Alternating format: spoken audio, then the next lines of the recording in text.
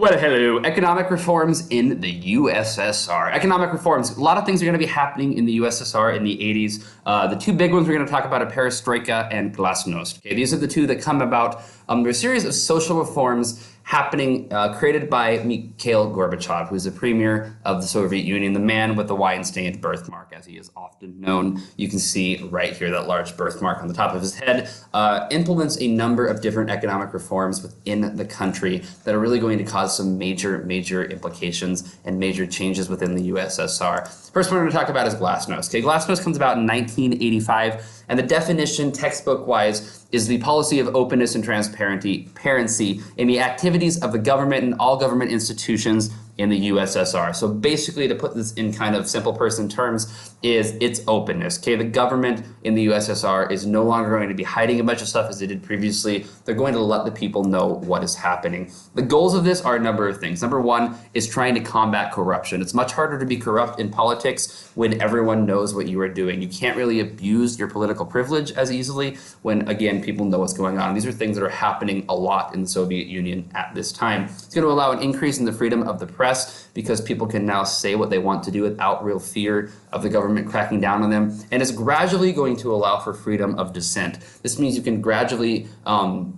get to the point where you can speak out against the policies of the Soviet Union, something you previously could not do unless you wanted to end up in a prison. This is all about freedom of speech, giving people more freedom, giving them the ability to speak and say what they want, and really trying to modernize the Soviet Union. The other one to talk about is Perestroika. Now, Perestroika is simply the Russian word for the economic reforms introduced by Gorbachev. Okay, so this is the reforms that Gorbachev decided to implement when it comes to the economic policy of the Soviet Union. It literally means restructuring. He's simply saying, what we have done before is no longer working. We have to find a better, more efficient way of doing this. We're going to restructure things and make it work. So the goals of this is, number one, allow foreign investment in the USSR. It's going to allow foreign companies to invest within the Soviet Union, but only on the condition that they only own 49% of the shares. So 51% of the shares, just over half of the shares of a company, must be controlled by a Soviet person living within the Soviet Union.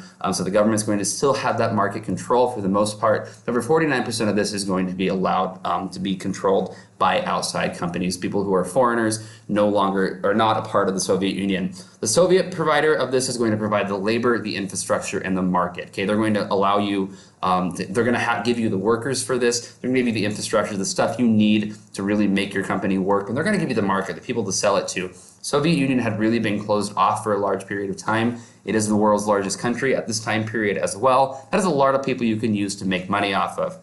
The foreigner providing the 49% of the shares, a minimum of 49 or a maximum of 49% of the shares, is going to provide capital, so the money you need to start a business, the tech integration, which the Soviets really did not have, the expertise in marketing, which again the Soviets did not have, and a competitive, I should say competitive, not contemplative, advantage. So they're going to have this competitive advantage over the rest of the world that they've already had a number of years building that the Soviets did not have. One company particularly to talk about is PepsiCo. Now, this is going to happen in the 1970s. Nixon and a Soviet ambassador are talking, and they're getting really tense, and happens to have the CEO of Pepsi right by. He's going to offer the two men Pepsi. The Soviet drinks it and realizes this stuff is amazing, and is actually going to trade with the create a business deal in order to get Pepsi in the Soviet Union. So Pepsi is going to receive a large shipment of Soviet vodka, and the Soviets are going to receive a large shipment of Pepsi